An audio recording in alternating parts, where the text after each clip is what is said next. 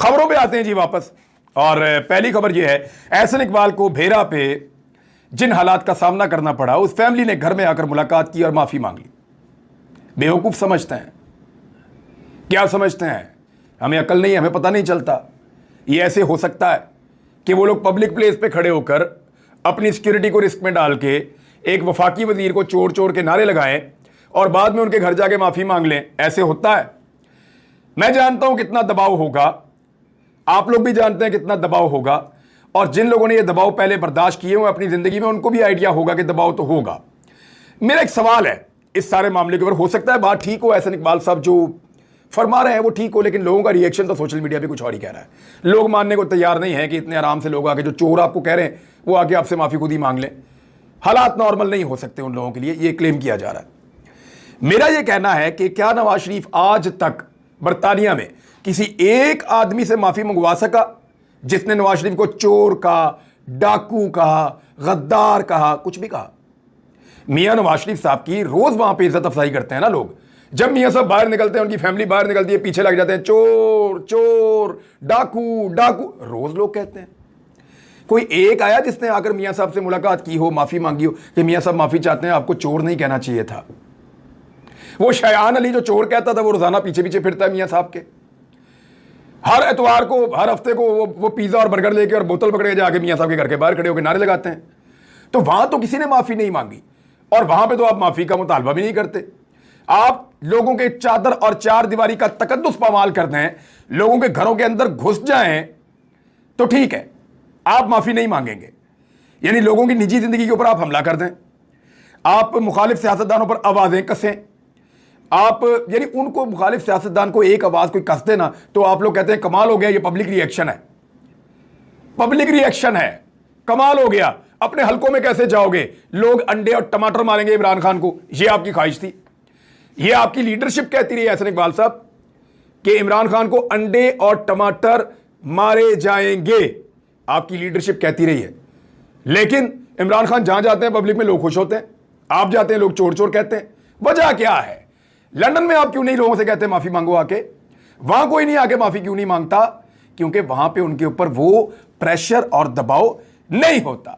आप लोगों का जीना हराम कर देते हैं पाकिस्तान के अंदर। अगर कोई आदमी अपनी दिल की आवाज बाहर निकालना चाहे तो इसी को कहते हैं फाशिस्ट रिजीम, और ये है फाशिस्ट रिजीम।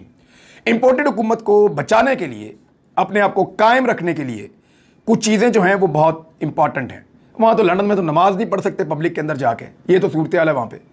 अभी आप लोगों की पूरी काबीना गई थी, पब्लिक में निकल नहीं सके।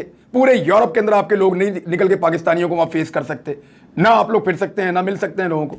लोग वहां पे आपको गालियां देते हैं पाकिस्तानी, क्योंकि उनको पता है कि वहां की हुकूमतें चोर कहने पे, डाकू कहने पे, किसी के ऊपर मुंह से बात करने के ऊपर ये जमहूरी हक समझती हैं, और इसके ऊपर किसी किस्म का पर्चा, एफआईआर, ये चीजें नहीं करवाते। इंपोर्टेड सरकार की ज़िमनी इंतखाबात में हालत बहुत पतली हो गई है। वो ऐसे कि इमरान खान साहब के जलसे आपने देख लिए, मैंने तो आज फुटेज निकाल के देखी हैं। लोग कीचड़ के अंदर खड़े हुए हैं, बारिश के अंदर खड़े हुए हैं, जलसे कर रहे हैं, और बहुत बड़े बड़े जलसे कर रहे हैं। उधर मरियम नवाज ने पूरा जोर लगा लिया, लोग निकलने को तैयार ही नहीं। जिन लोगों को जमा करके पूरे सरकारी वसाइल लगा के जलसों में लाया जाता है, वो भी कोई इधर फिर रहा है, कोई उधर फिर रहा है, कोई अपना खा रहा है, कोई पी रहा है, कोई आपस में बातें कर रहा है। लोगों ने अपनी अपनी पंचायत लगाई हुई है जलसे के अंदर। यानी यहां से पता चलता है कि लोग वोट डालने के लिए पीएमएलएन को तैयार नहीं है। अब उसका बंदोबस्त क्या किया जा रहा है? पाकिस्तान तहरीक इंसाफ ने बार बार इल्जाम लगाए हैं। बाबर ऐवान ने बाकायदा ये बताया कि हमने इन सबूतों को इकट्ठा किया और उनको देखा, और उसके ऊपर उन्होंने ट्वीट्स भी किए हैं। और यास्मीन राशिद पहले भी कर चुकी है कि 15-15, 20-20 हज़ार वोट जो हैं वो दूसरे हलकों से लाकर इन 20 हलकों के अंदर ठूसे जा रहे हैं, ताकि जो लोटे हैं, जो इलेक्शन लड़ रहे हैं, ये वोट उनको डलवाकर जितवाया जा सके 2 नंबर तरीके से। तो अब ये 2 नंबर तरीके से इलेक्शन अगर जीता गया तो जीता गया। इलेक्शन कमीशन ऑफ पाकिस्तान हो जाए, या बहुत ताकतवर शख्सियात हो जाए, या ब्यूरोक्रेसी हो जाए, सारा का सारा निजाम ऐसा लगता है कि हमजा शहबाज को इलेक्शन जितवाने के चक्कर में है। और ये दिखाई दे रहा है। मैं बतौर रिपोर्टर आपको मैं भी कह रहा हूं, बेशुमार रिपोर्टर और भी कह रहे हैं, बहुत सारे सहाफी बार बार कह रहे हैं कि यहां पे हमजा शहबाज की हुकूमत को बचाने के लिए, ताकि इंपोर्टेड सरकार जो वफाक में बनी हुई है वो बनी रहे, वो कायम रहे।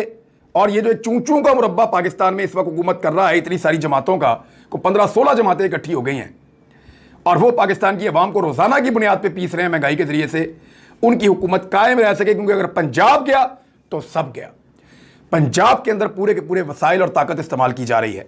मेरी इतला के मुताबिक पेट्रोल की कीमत कुछ कम करेंगे अब ये, और वो कम इसलिए करेंगे ताकि ये हुकूमत बचाई जा सके, और ये हुकूमत बचाने के लिए वो पेट्रोल की कीमत कुछ कम करेंगे ताकि इलेक्शन से पहले लोगों को एक अच्छा जेस्चर दें।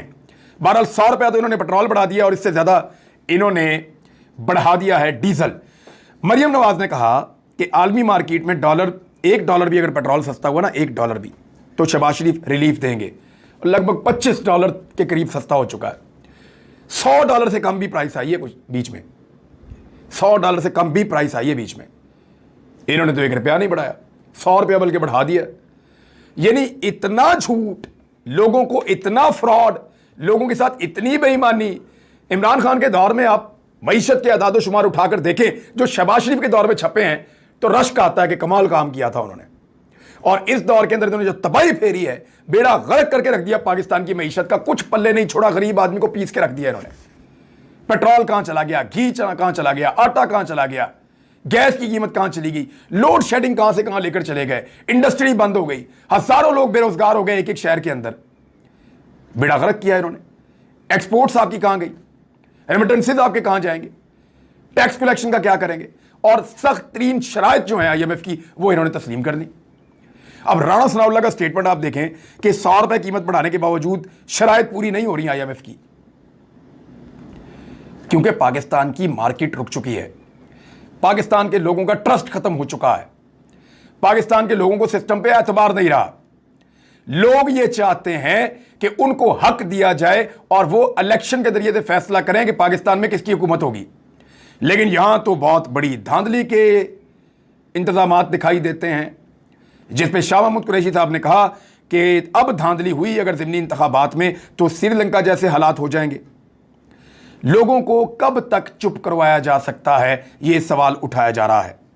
IMF और पाकिस्तान कर्ज पैकेज की बहाली के करीब पहुंच गया है, और उसमें जो शराइत हैं जो पाकिस्तान ने तस्लीम किए हैं, उसमें अखराजात कम किए जाएंगे, यानी आपके तरक्याती अखराजात भी कम हो सकते हैं, दीगर अखराजात भी कम हो सकते हैं। तो बहुत सारे ऐसे प्रोजेक्ट जो चल रहे थे, हो सकता है वो आइंदा ना चल रहे हों। तवानाई की कीमतें जो है उनके अंदर इजाफा, तवानाई की कीमत जब बढ़ती है तो पाकिस्तान की इंडस्ट्री नीचे जाएगी, पाकिस्तान का गरीब आदमी पिसेगा, पाकिस्तान का मेहनत कश पिसेगा, और पाकिस्तान की तरक्की रुकेगी उससे, और टैक्स वसूलियां ज़्यादा की जाएंगी। कैसे करेंगे जब तरक्की नहीं हो रही, तो टैक्स कहाँ से लेंगे। तो पाकिस्तान ने एक अजीबोगरीब फार्मूले पर काम किया है, और मुझे नहीं लगता कि ये इंपोर्टेड सरकार इतनी अहलियत रखती है कि पाकिस्तान को इन मामलात से निकाल सके। इस वीलॉग में अब तक के लिए इतना ही। अपना ख्याल रखिएगा, अपने इस चैनल का भी। अल्लाह हाफ़िज़।